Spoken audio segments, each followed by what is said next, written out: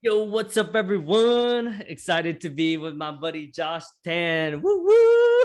Woo! We're gonna have fun today. I have one of the most interesting dudes I've ever met in my life, Josh Tan. Yeah, he's the founder and president of Josh Tan Alchemist Consulting, and he does a lot of cool things, right? He helps. He's a business growth. He has a business growth community and helps entrepreneurs. So he founded or co-founded Shift Company, and he has a ton of background in engineering operations as an engineering operations manager. Um, Really into spirituality and transformation, and I know him through the beautiful work that is Landmark. Welcome, Josh. Thanks, Davidson. That was a pretty great intro. I'm really recreated and happy to be one of the most interesting people you know. That's pretty cool. You know a lot of people. Yeah, you and Evan, I would say, are on that.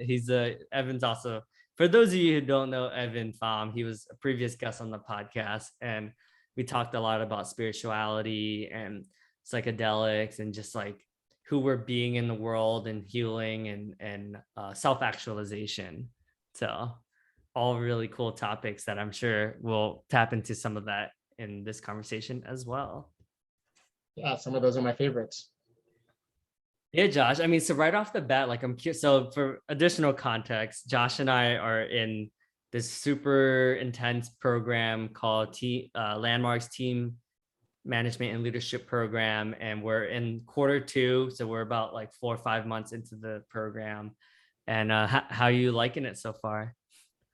Team is really intense, actually.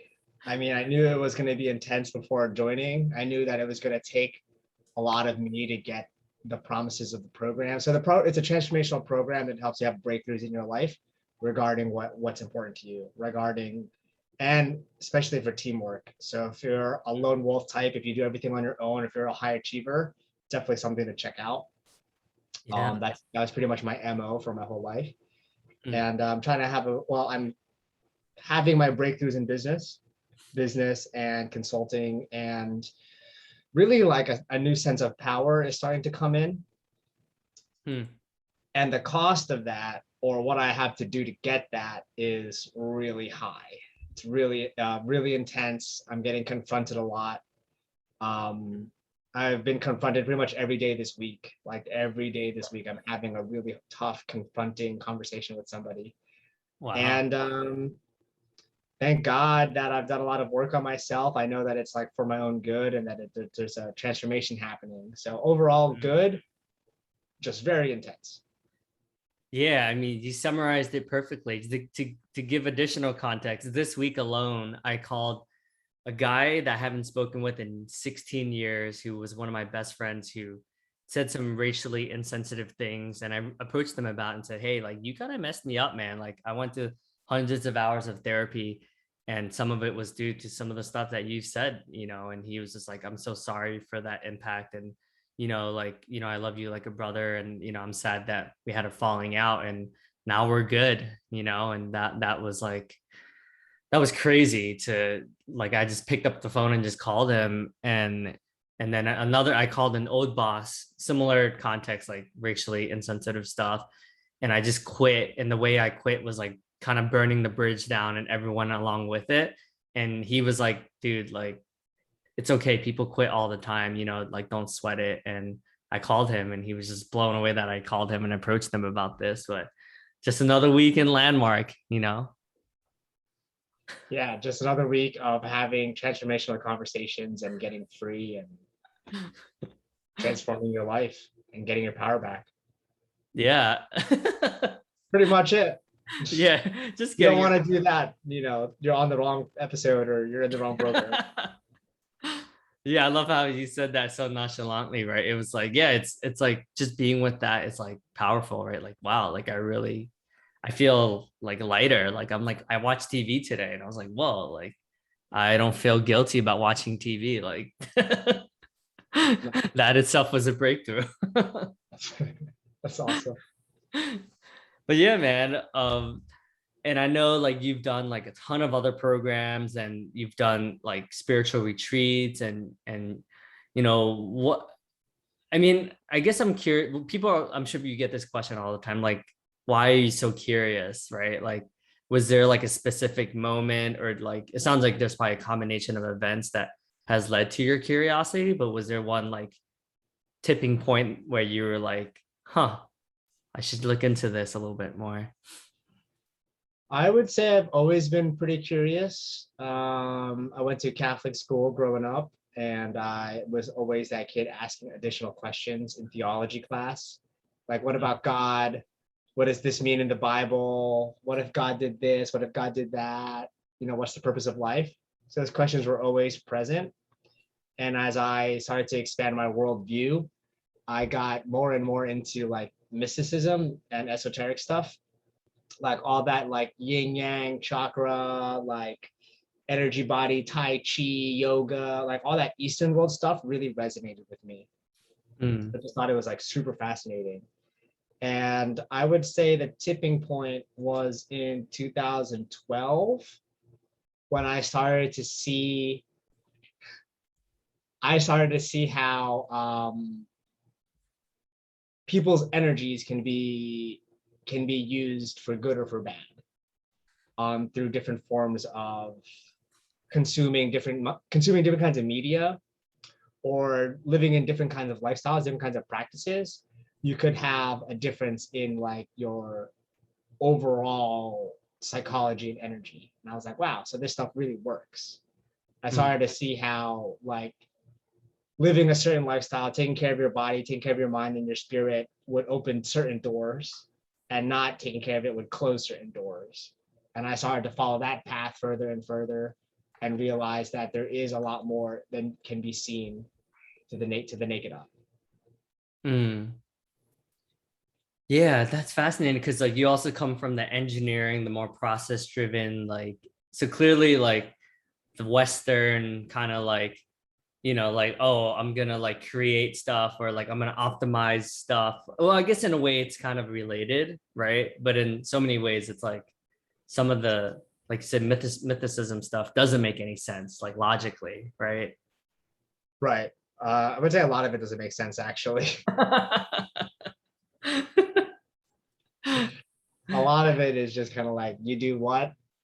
Like you have to, I don't know, like breathing at first. When breathing you take for granted, you're just breathing, right? Hmm. But then there's all these different kinds of breath patterns you can do that activate different nervous system pathways and activate different organs to release different toxins. And you know and then just that alone is enough to start seeing how there's more ways to access like the spiritual path. It's not just praying, right? It's also breathing, it's also being in gratitude, it's also you know visualizing and feeling your emotions and things like that. What would you like? I've done prana breathing. I feel like that was helpful. I mean, it sounds like you've tried like a little bit of everything, right? And then you kind of just see what resonates with you the most. Yeah. What's the question? So I guess for beginners who are like aren't into this as much, because sometimes people ask me like, where do you start, right? Like, do I just Google stuff? Like, do I just ask a friend? Like, how does one discover some of these like opportunities to um do some of these like more, I guess, not as mainstream things?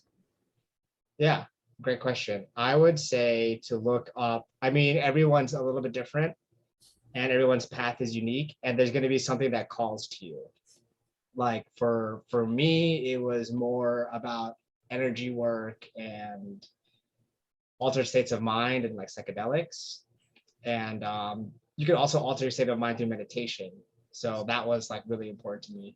I was really using meditation to like calm a sense of like overwhelm. I would not anxiety, but more like overwhelm and like a constant pace of action. I was using meditation to calm that. So to answer your question, like, how could people get started? Look for the thing that generates the most curiosity to you. When you're looking at these subjects, one of them is going to sound really interesting. Like Ayurveda and the study of food and how food could alter your energy and your body and your spirituality, that might resonate with someone who's more like a foodie. Mm, Something like, yoga would be maybe for someone who's more of an athlete. mm, And meditation could be for someone who's more mental, like myself, like more of a mental thought process driven person, like an engineering type. So meditation was that for me. mm. And for some people, there's the study of like interacting with others, relationships. There's the study of families and the family unit, like mother father energy kind of stuff. Some people are really attracted to things that are like cosmic, and you can go down the path of astrology. But I Mm. would say that for each person, whatever you're resonating with first is, or whatever generates the most curiosity, is where to look. I love that. Yeah, just really being in touch with your curiosity, that sometimes we lose when we get old, when we're quote unquote adults, right? I think we all have it when we're younger. Like I know I was always super fascinated about like the solar systems and dark holes and quasars and atoms and quarks. And somewhere I had to work and I stopped really like reading about that stuff, you know? Yeah. Huh. And have what's that one called where it's like you breathe very heavily and then you it's like a type of really fast breathing, but some people say you can alter your state that way. There is a lot of Kundalini breath work out Oh, there. Kundalini, that's what it was. Yeah. It could be the breath of fire. Kundalini just uses like so many different breath patterns, and they're all for like cleaning your energy and getting grounded in your body. Hmm. And there's also holotropic breath work. Oh yeah. Um, so like a little bit further down my path, I remember doing things like holotropic breath work, which is like a 3-phase breath where you breathe into like your stomach, your lungs, and then like your back, basically like breathing all the way up. Huh. And I did this breathing for like 20 minutes, and I was completely sober, right? Completely sober, no nothing, no funny business, just completely Huh. sober, doing this with like a shaman, right? Uh-huh. And I had like an out of body experience, like straight up, like I was not in my body. I went to some other place, some Huh. other like dimension, I don't know. And those are like the kinds of experiences that kept me like hungry for more. Hmm. Yeah. Yeah, and it's funny because like sometimes we get attached to these experiences, right? And then we do the meditation again in hopes of reaching that like out of body experience again. And the key is to not be attached to, because the outcome's gonna look different, right? You're 100% right. Yeah, you're Yeah. 100% right. One of my teachers told me like, sometimes you'll practice meditating and it'll just suck. And it might suck for like months or years. You might just not be good at it for a while, or it just might not be fun or pleasant. It might just seem like a chore. And like that's where the practice really starts. Hmm. Yeah, I think it took me like 3 years to like quote unquote meditate, where I felt like I was starting to get those out of body experiences. But the first 3 years, I was like sucking, quote unquote, sucking, because I was just like, I'm not doing it right. This sucks. I'm not getting like what everyone else is getting. And like I was just all up in my head. And then finally, I was just like, you know what? Like, I feel better afterwards. Like, so I'm just going to trust the process. And then I started getting these like I've started getting these experiences where I'm like, whoa, like I don't know what just happened, but that felt great. That's amazing that you kept up with it for 3 years. That's a lot of dedication. Yeah, I think it took me like 5 years to like trust that. I'm like, okay, like this is working. So Wow. yeah. Cool, man. Well, I was watching Billions today, which is this like show that's on Showtime, and it really just blew my mind that like they were just talking about ayahuasca openly on like a pretty mainstream show. Like I feel like Billions is one of those shows that like they have billboards everywhere, and it was funny because they were talking about the hedge fund manager, who's supposed to be kind of like Ray Dalio's, who's like, his net worth is like over 10 billion or whatever. He was having like an ayahuasca experience, and same with his chief operating officer. And like I was just blown away. I'm like, whoa, like this is in mainstream media now. But yeah, I don't know too many people that like talk about it openly, you know. Yeah. Um, did you want me to talk about it? Yeah, I was like, that was a statement and not a question. Is there, can you give me a question?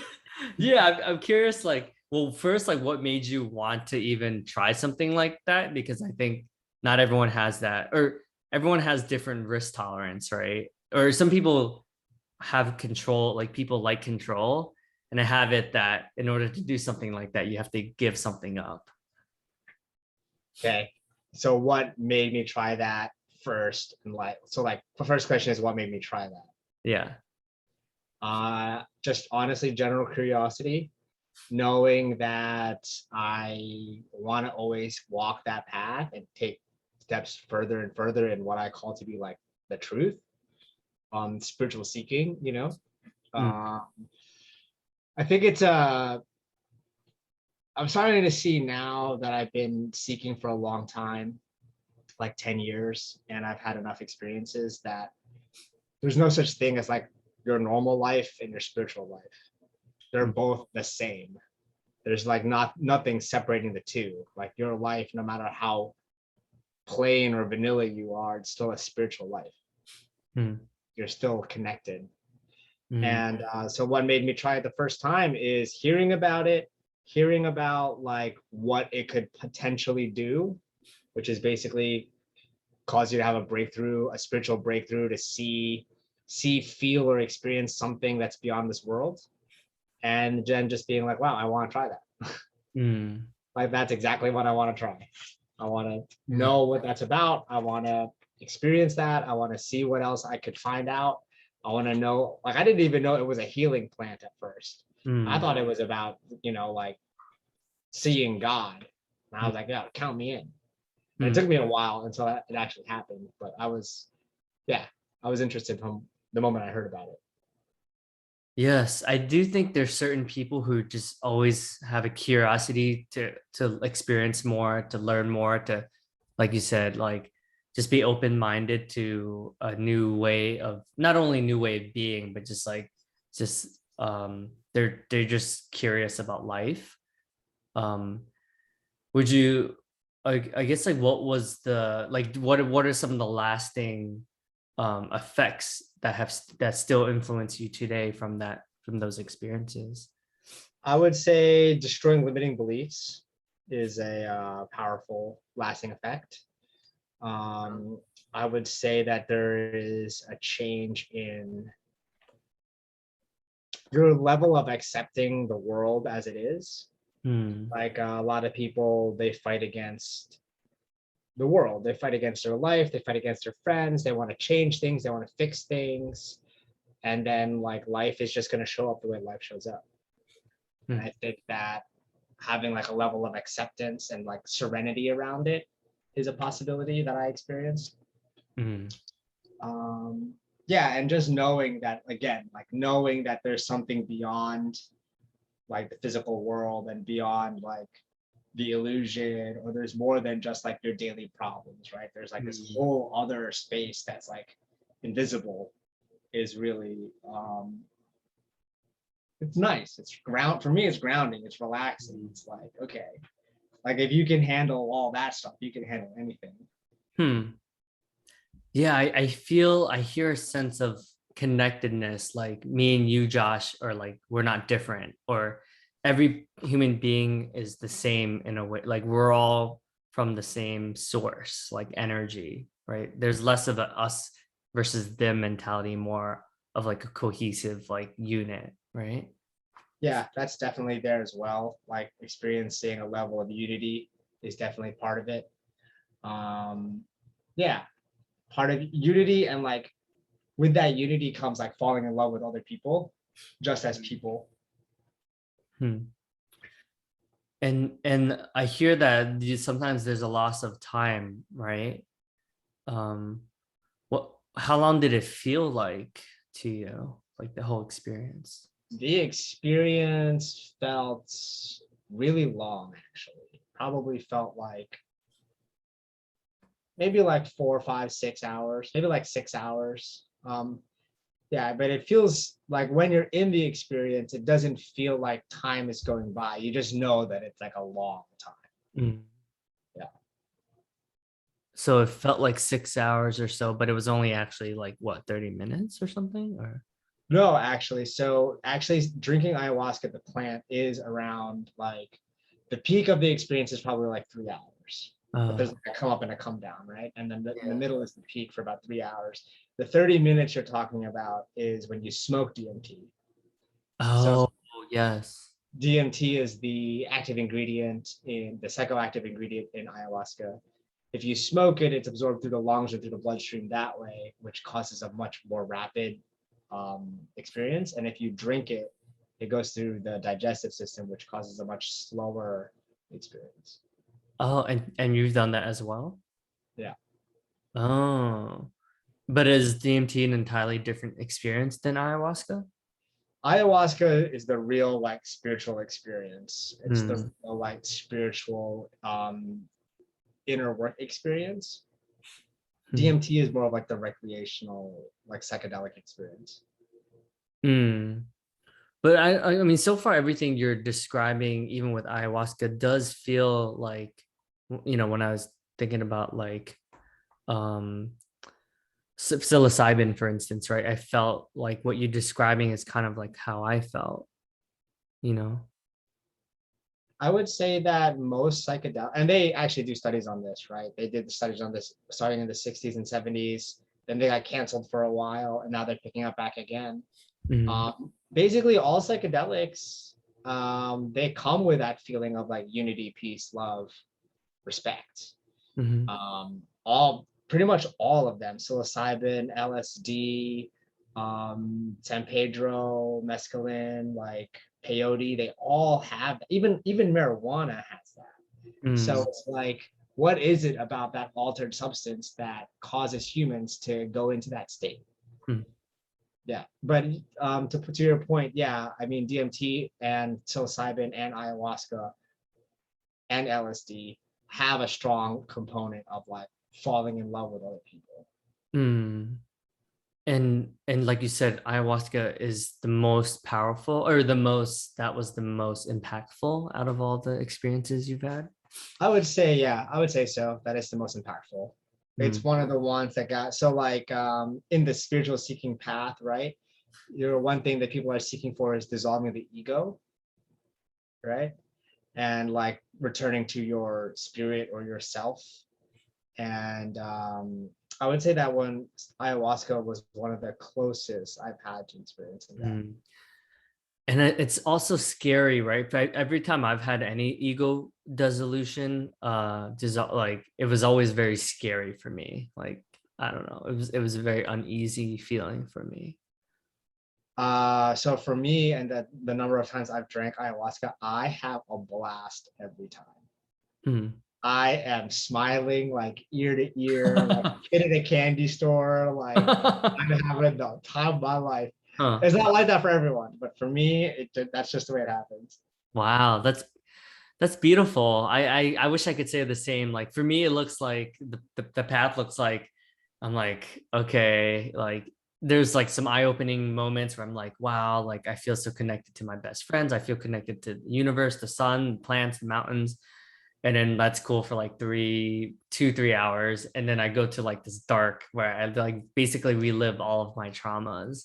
And then I'm like, oh, wait, like there's forgiveness, there's humanity. And then I'm like, oh, okay, like, geez, why did I make such a big deal out of it? And then there's like this ego resolution, like, does like where I'm like, who am I? Like, I forget who I am. And then I go back and I'm like, well, that was crazy. Like, never doing that again. What makes you think that that it's scary for you, or like that you want to like run away from it? Yeah, it is hard to be with that.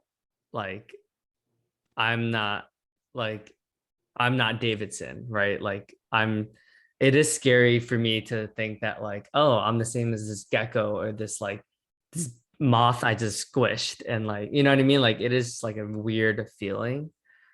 Um, yeah, and it also makes me feel like I'm like, who knows like what is real and what isn't, right? So it definitely makes me question a lot of like everything we learn in school, for instance, right? And I don't know, it's just definitely shakes my foundation of like what I believe to be true or not.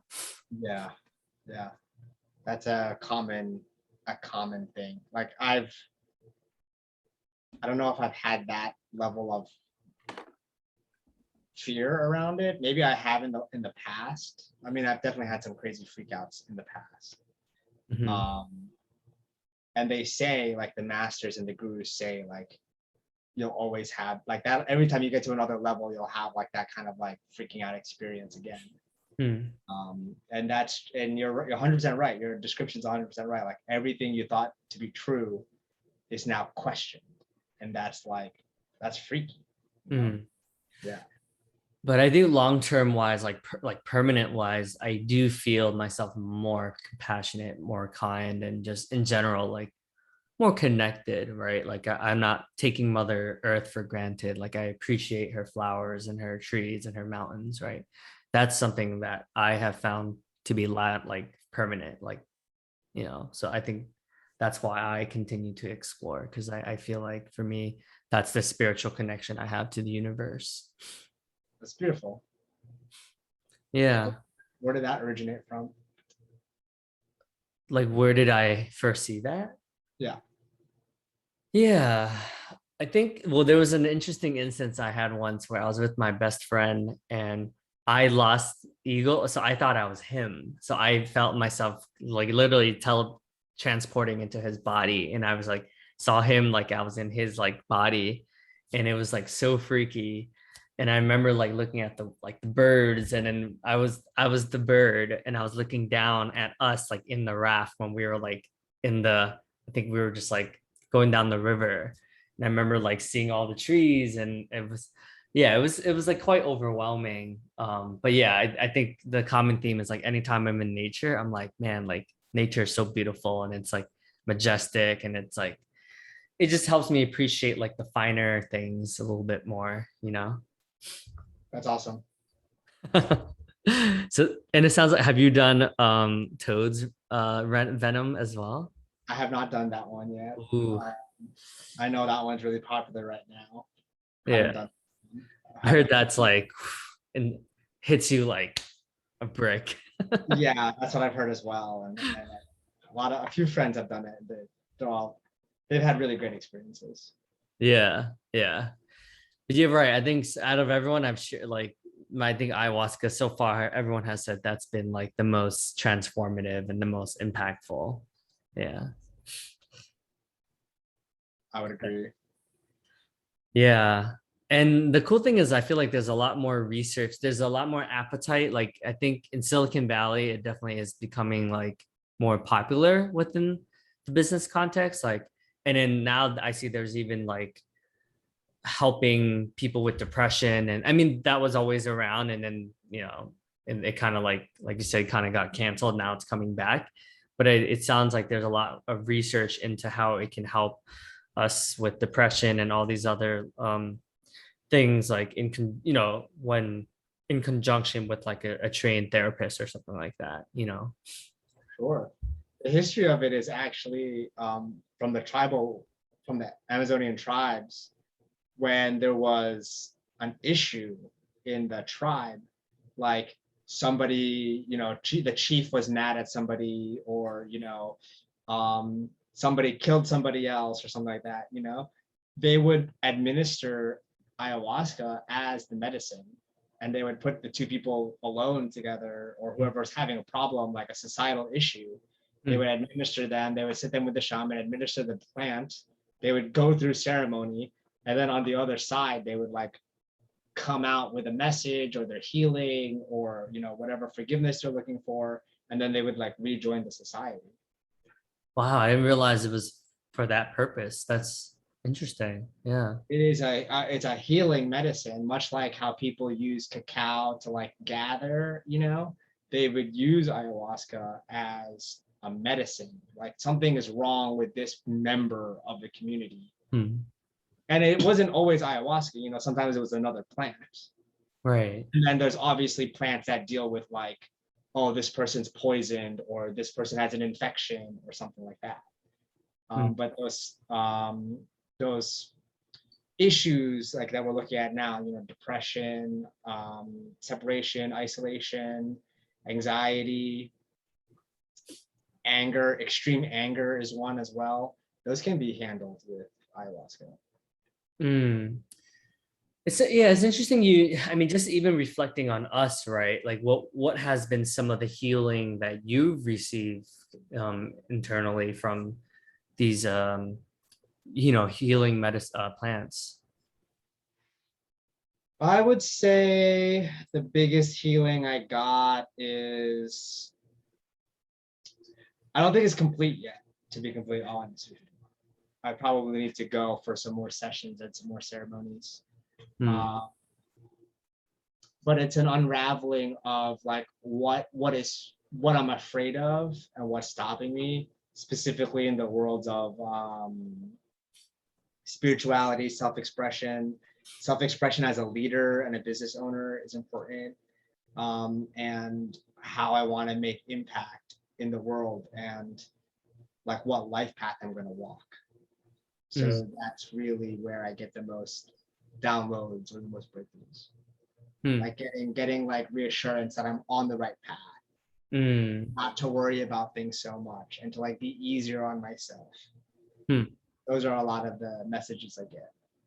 Yeah, it's cool that it's with intention, right? I feel like with anything with intention, right? It's always if we're intentionally going into this experience with like, hey, my goal is to heal, be kinder to myself, or whatever it is, right? It's always so much more impactful.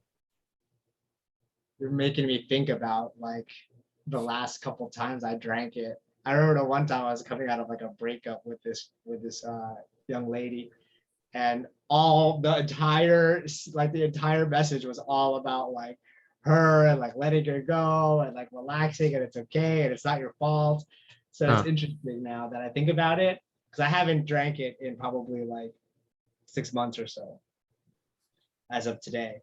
So now that I think about it, like, am I starting to connect these dots again? That kind of like brush the dust off, So I think the important thing I'm trying to say is, if you drink, or if anyone drinks, it gives you what you need at the time.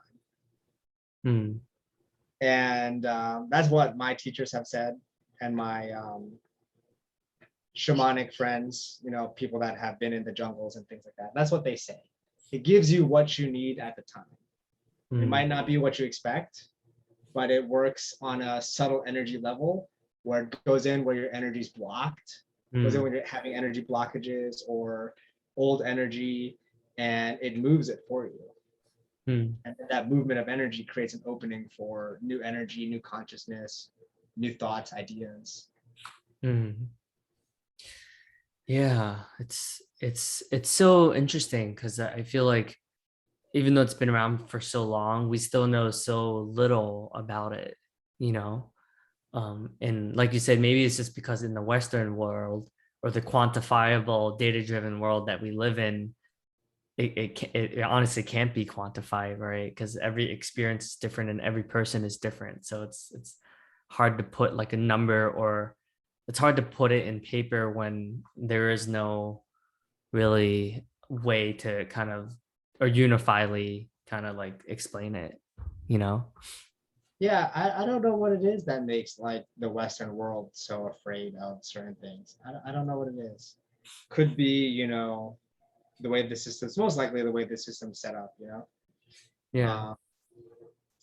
Stepping back from like scientific method and having to measure everything to prove it. But I would say we know more. I mean, if you look for the right answers, I think the right people know a lot more than we think. It's just that as a cultural thing, we don't know as much about it. Yeah, I know Arrowwood is like a really fantastic resource, like that like definitely helped me like read up a lot, and just so I feel like I have some sort of explanation in what, how other people have experienced it. um but that can also tarnish like kind of like your experience too, right? So it's kind of like being mindful of that as well. The first time I drank, actually, I went in with no expectations and no intention, and I had a great time.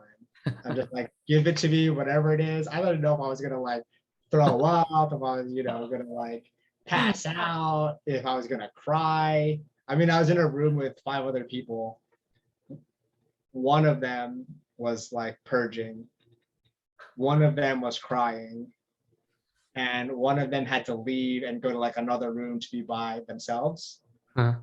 And I was like laughing the whole time. It's awesome. uh, That's I, beautiful. I Yeah. don't know why, but it's great. Yeah, it's interesting because yeah, it's like how different everyone's experience is. And there's something to be said about, like you said, like it doesn't have to be intentional too, right? Like there's been plenty of times where I'm just like, you know what, like let's just do this. And I've also gotten something out of that too, right? I think sometimes like just being open-minded and just like you said, you'll get whatever you need, or if you don't need it, you'll get something, right? And that's the beauty of it. Yeah, Hmm. I think so. It's gives you exactly what you need at the time. It kind of reminds me of our mutual friend when we went together to this opening heart ceremony. Everyone had these like super elaborate like what fors and like, yeah, this is why I'm here to like heal like this thing from like 18 years ago or like all that. And then like they're like, so what are you guys up here for? And we're all like, just to have fun and be in the moment, just have a Sounds good time. cool. And it's so funny. They're like, okay, cool, have fun. I could definitely see that conversation happening. Yeah. You know, just because. So yeah, I just like you guys. You guys are cool people. Like, yeah, let's do this. Yeah, fuck it. That's awesome, man. Um, cool, Josh. Well, yeah, this has been a really awesome conversation. I'm sure we'll have more as we kind of both expand our minds and have more of these like fascinating experiences.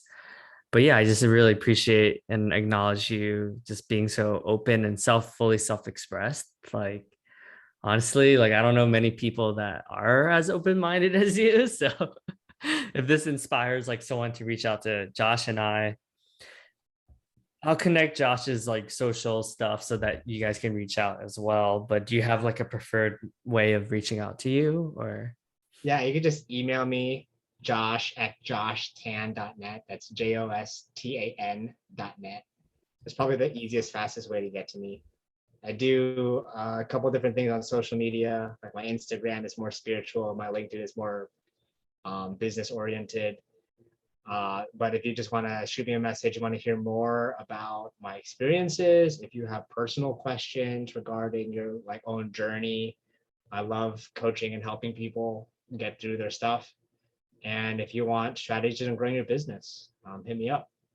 Oh yeah, and what's your game in the world this quarter? For people who don't know what the game in the world, so we're in quarter two, and the first quarter, like my game was to have like 13 Asians who are like breaking the traditional mold. So Josh was like very vital in making that like a reality. So thank you so much. So it's a game that we're playing this quarter, and it's yeah, if you want to share a little bit more about that. Oh, thanks. Actually, this would be a great little like plug, if you will. My game is to empower 25 purpose and impact businesses to grow and scale their operations. Oh. So if you have like a do good business, if you have something that is impacting the world in a positive way, and you want to scale your operation, scale your impact, scale your reach, namely through obviously generating more revenue, but there's a lot of strategy that goes into that, right? Mhm. A lot of strategy, a lot of tools, a lot of logical mind stuff, a lot of engineering stuff. If you'd like to have a discussion on that, be happy to speak with you and have you play in my game. So I'm looking to create a massive impact in an impact purpose driven model. Awesome. Yeah. I mean, I don't know many people who the combine like the more logical aspects of a business with, like you said, like more of like the spiritual connection and more of the woo woo stuff. So it's cool to have someone that's a leading from that you can integrate to, because I have it that some people separate everything, and Yep. you know very well that it's actually all related. So Thanks. And cool. yeah, it's a fun game. It's woo woo and cha-ching and it's awesome. Come play with me. It'll be great.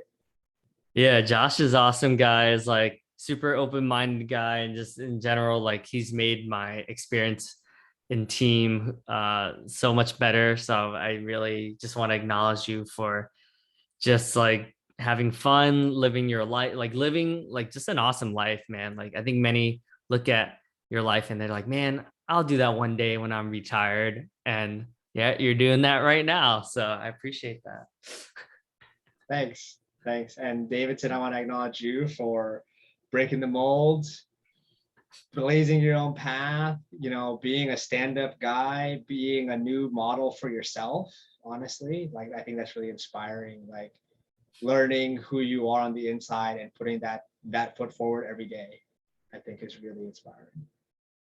Thanks, man.